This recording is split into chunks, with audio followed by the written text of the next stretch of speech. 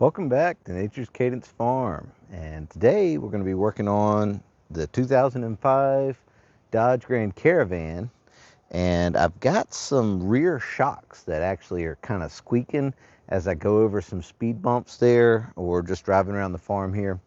And so I decided I'd go ahead and get some new shocks put in the back. Maybe that'll kind of smooth out that ride a little bit, because we've had this for quite a while now and I've never put rear shocks on it. I just did the front end um, a couple months ago now, I guess. And so be sure to check out that video up there that I'll put a link to if you're interested in checking out the front suspension. I redid the whole front end. So either way, let's go ahead and get back here in the back of the van. So this is the driver's side that I'm on now, and so we'll get started underneath of here. We'll just get one done, and the other side's the exact same. So let's go ahead and jump in here. We'll get underneath, and we'll get started. What I'm going to try to do is actually get the shock off. Here's the shock. This is the rear axle, and there's the rear tire right over here. And like I said, this is the driver's side that I'm working on. So I've got the shock here, and I'm going to attempt to change it out without even pulling the rear tire, because I've got a long extension I can get to the upper bolt up here, and I've got my 18 millimeter socket on this ratchet right here, and then I've got this 18 millimeter wrench on this side here of the bolt. So let's see if we can get this thing broken free. And that's really tight. I'll tell you what I might do is put this on here, and I brought another 18 millimeter wrench, and I'll do the old double wrench. So I can show you that to you. So I've got two wrenches on there like that. So let's see if we can break it loose like that. You know, don't have a whole lot of room underneath of here to work, because I didn't jack it up. I feel something moving. Maybe. Might have to go get a 1/2 inch breaker bar or something out of the shop. Let's see if we can get this thing moving.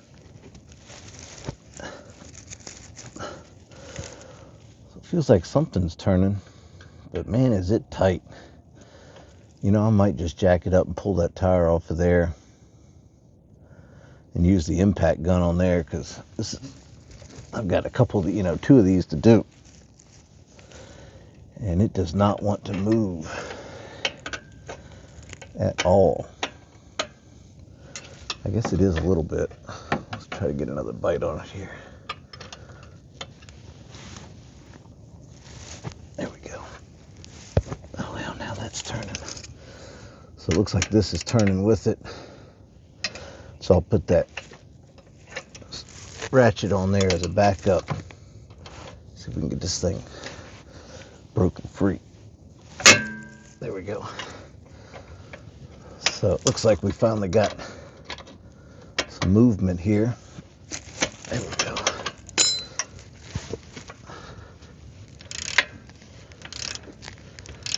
Yeah, I think we can get it out like this.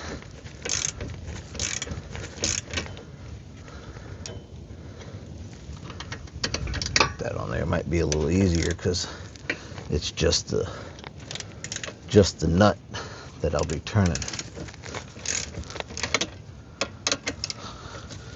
You know, I've got all those other tools, and I can use them, but for you guys at home that might not have all these cool tools, it's kind of nice to see it done without it. And it is windy today. Really windy. I'm just going to push up on the shock a little bit, see if we can get this bolt to move a little bit. I'm just rotating it and pushing the back of it with my finger there at the same time, just to see if we can get some movement out of it. Yeah, so it's preloaded. You see how it's kind of pushing itself down?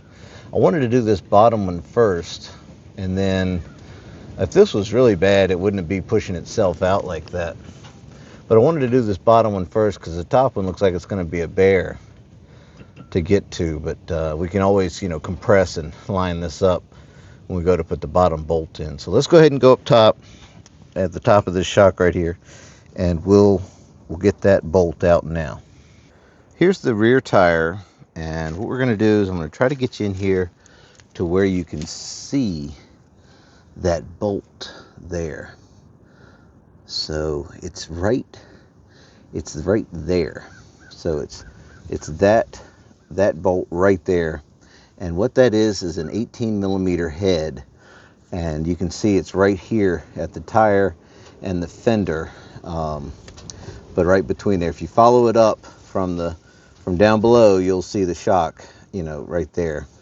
So let's go ahead and try to get an 18 millimeter socket on there and break that loose.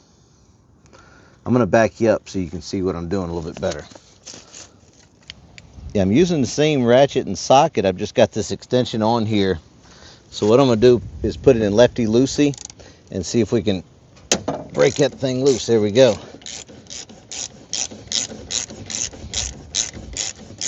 This is a 24 and 18 would probably work, but let's go ahead and back it out of here.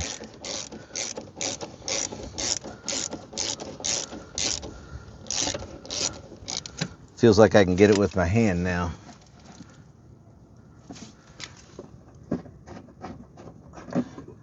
Yep, there we go. All right. So there's the shock and the bolt we just removed. So let's go get the new shock and put it in place. I've got my new shock here, and this will be the top right here. And what we'll do is get this bolt started like the other one was, and go ahead and put it back the way the old one was. I've got the new bolt, or the new shock, installed with the old bolt right here. So we've got it started, and then this comes down here, and we'll get down below here again, and I'll show you how it hooks up to the axle. All right, so here's the new shock right here, and I left the bolt loose up top so I could spin this thing around and play with it a little bit to get it to line up. But what I've got is the original bolt, the nut. So what we're going to have to do is compress this shock a little bit, and what I like to do is go past where I need it, and I'm just pushing on it by hand. I like to go past where I need it because it's going to want to come back and smash your fingers. And so if you get it into this position, that's pretty good, because now what you can do is just push it up from here, line everything up, and then get ready to put your bolt in really quickly, because you'll need to hold it, line it up, and get the bolt in all at the same time, just like that. So you might have to do it a few times to get it to be right, but once it's in there, it's in there. So we've got that and that started.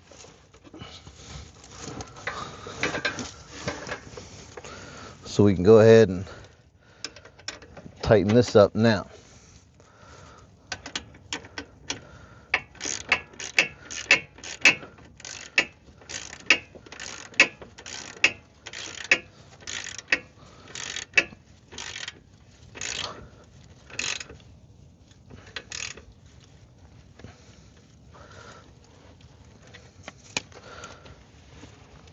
All right, got that tightened up.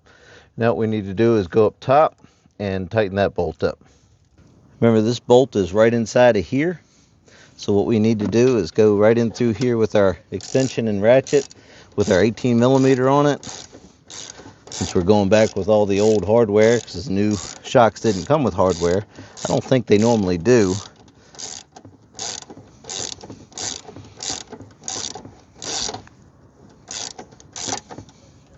So once it kind of gets tightened up, we'll go ahead and get down on it there and torque it to spec.